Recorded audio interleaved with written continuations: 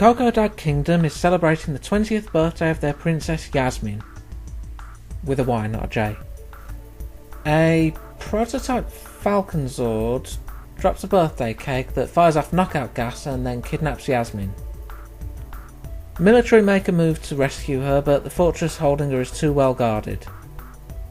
An elder then suggests to hire a thief to steal her back. Turning to Interpol for help, turning to Zenigata for help, Lupin's name comes up despite Zenigata's protests. Prime Minister Kashim finds Lupin in a boxing match and transports him to Coco-Dad in style. Fujiko bails when she learns that the reward is an all-you-can-eat curry meal, but the others seem at least interested. Maybe a bit less so when they realise just how much curry they're being rewarded with. Meanwhile, the prototype Falcon Zord drops a projector with a message from the kidnapper, challenging Lupin to take on his computer-controlled fortress defences. The gang scope things out and grill Lupin as he seems to have an inkling as to who's behind it. They then prepare for the assault using a herd of bulls and cars with mirrors attached. The bulls draw fire and the gang use the mirrors to confuse the missile's guidance system back at the fortress. Successful, the kidnapper opens a door for the gang, warning that there will be more traps ahead. The first being the doors closing on the gang. Goemon gets his foot trapped. Must eager to cut off a limb when it's his own, I guess. But the others get him free. They're then attacked by Yasmin in a very different outfit, and cloned. Goemon suspects robot duplicates, but Lupin doesn't want to take the chance that one of them is the real one, so Goemon simply knocks them out. Continuing on, they're attacked by another Yasmin rolling up the carpet behind them. No idea if they're going to be thrown off a bridge though, as while Jigen and Goemon are caught, Goemon cuts free pretty quickly. They then fall through a trapdoor and deal with killer bugs. Following this, they're chased by another Yasmin on an elephant, so decide to split up. Lupin finds a pole that lowers down to a room and hits him with the attached boxing glove. A projector then comes on with a movie made by Scorpion Films showing the events of Series 2 Episode 1, meaning of course that the one behind this was none other than Mr. X. Not that one. He escaped his ship's explosion via a submarine hatch for anyone curious. Appearing behind Lupin, he challenges him to a sword duel, using the rather creative high-pressure water as blades. He then unmasks and reveals that he now looks like Lupin. As they duel, Jigen and Goemon find their way to the pair of them. One Lupin says to shoot him as he would want to die by his partner's hand, so Jigen complies, knowing that the real Lupin would be more likely to whine and beg, which Lupin is offended by but doesn't exactly deny. Defeated, Mr. X escapes and Yasmin comes forth, delivering a bout of karma to Lupin for pretending to be Mr. X for a second, among other things. Zenigata arrives to arrest the gang in the congratulations, so they leave him with their intended reward of more curry. Surprised Lupin took this job on for a mountain of curry, to be honest. A bit of an oddity is that it starts with a bit of narration from Lupin, and then later has him do it again as they leave for Coco-Dad, but seems to forget about it after that. Nitpicking aside, this is another good episode. It's nice that we get a call back to Mr. X again after so long too, though I do think his defeat was a bit anticlimactic this time. Still, I liked that he made good use of his defences, showing that he does learn from his encounters, even if Lupin's still better. Pity we won't be seeing him for another 40 years, really.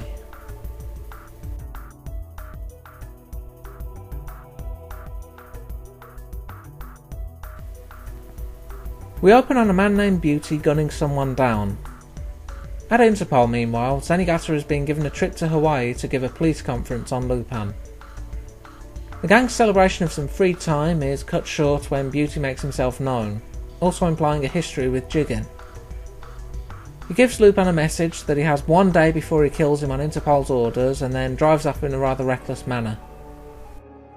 Later, Jigen reveals that Beauty is a detective that he tangled with 6 years prior, barely escaping with his life. Lupin wants to face Beauty head on, but Jigen tries to warn him away from it due to his gun choice.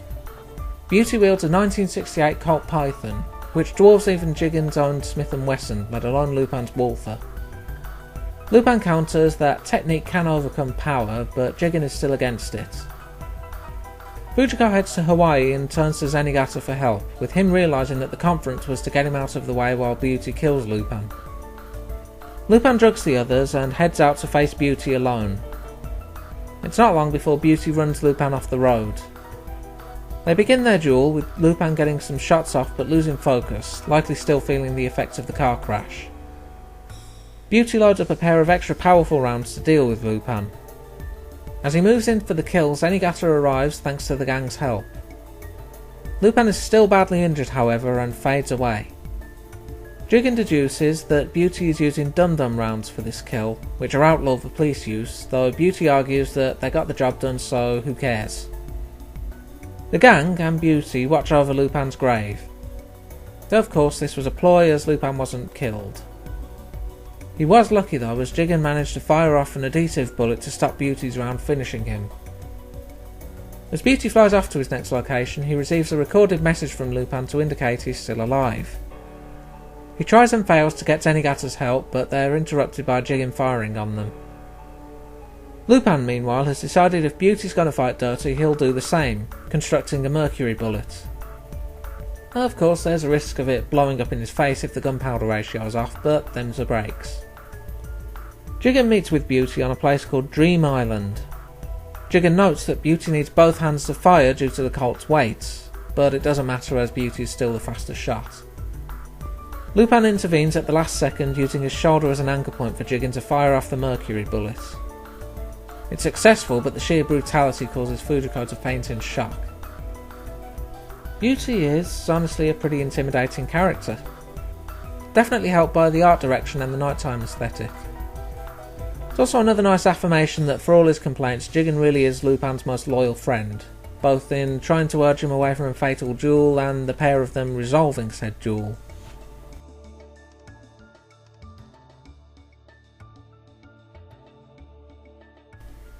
Zenigata makes a move to arrest a group of scholars thinking they're the gang. The scholars are part of the International Folk Academy, recreating the pilgrimage west to the sealed-off kingdom of Kima-sankoku. Lupin is indeed planning a heist there, but the security requires a pass in order to enter. They make their way to the entrance, having switched out with the scholars and stealing their pass. Zenigata is left hanging from the bridge as the gang enter and warns that no one has come back from the kingdom after entering. Fujiko's certainly happy enough, noting that the streets are literally paved with gold. The rest of the gang are greeted by envoys of the kingdom's Maharajas, Ginkaku and Kinkaku. Lupin remembers the story of the gourds sealing people inside, but their gourd is just a sake bottle. The sake does turn out to be knockout gas though. The gang wake up in a palace among a group of other thieves that have tried to steal Kima-sankoku's treasure. They sample a bowl of food provided. After the sake you'd think they'd have learned, and find it to taste bland, needing salt. Ginkaku and Kinkaku then appear, telling everyone they've been exposed to a shrinking agent in the sake. Kinkaku's the red one, Ginkaku's the blue one for anyone curious. Anyway, they want everyone to take part in a game of shogi as the pieces. The game seems simple at first, but slowly turns fatal, as planned by the two players. Partly by fights, partly by escaping pieces being killed. Jigen and Goemon are included here, getting sucked into their acid-filled gourd for stalling a fight. They then decide to make Lupin a target as Fujiko makes her way to the palace. Kinkaku stops the fight as he wants to ponder the game's strategy, so they take a break. Lupin signals to everyone to escape, but only he manages to, reuniting with Fujiko. They find Ginkaku sleeping and hide when Kinkaku wakes him up, revealing they lied about the shrinking sake and are actually just piloting giant robots. Lupin wants to retrieve Jigen and Goemon's remains, so he gets himself sucked into the gourd. He discovers they're alive, at least for now. The Maharajas find Fujiko and snap Lupin's rope to have the gang fall into the acid. Pouring them out, they discover the gang's still alive. Goemon cut the shogi pieces they were strapped to and they flipped around to avoid the acid. Lupin then tricks Ginkaku to suck himself into the gourd and they escape. Kinkaku is catching up, so they decide to throw Fujiko's gold away, figuring they at least have the main treasure. Lupin then takes aim at the eye of the robot and shoots Kinkaku. The entrance to the kingdom is sealed in the robot body's explosion and the gang eye their prize, with Zenigata letting them off as a New Year gift. It turns out to just be a box of salt. I can't say I was too much of a fan of this one. Sure, we have the episodes that are more out there, but this feels like it's just putting the gang into another series for the sake of it. Plus the treasure twist is kind of obvious, with the pretty clumsily added food tasting scene. I don't think this one's outright bad, just not one I'd consider going back to unless I was marathoning the series or something. Speaking of other series, this is based on the 1978 series Sayuki, or just Monkey as it was known when it was brought over here, which of course is based on Journey to the West. I suspect part of the episode's purpose is due to both series airing around the same time, and part of it is Go Diego performing the theme song Monkey Magic as well as the endings, and Tommy Snyder, a member of Go Diego, doing vocals for several Lupin songs.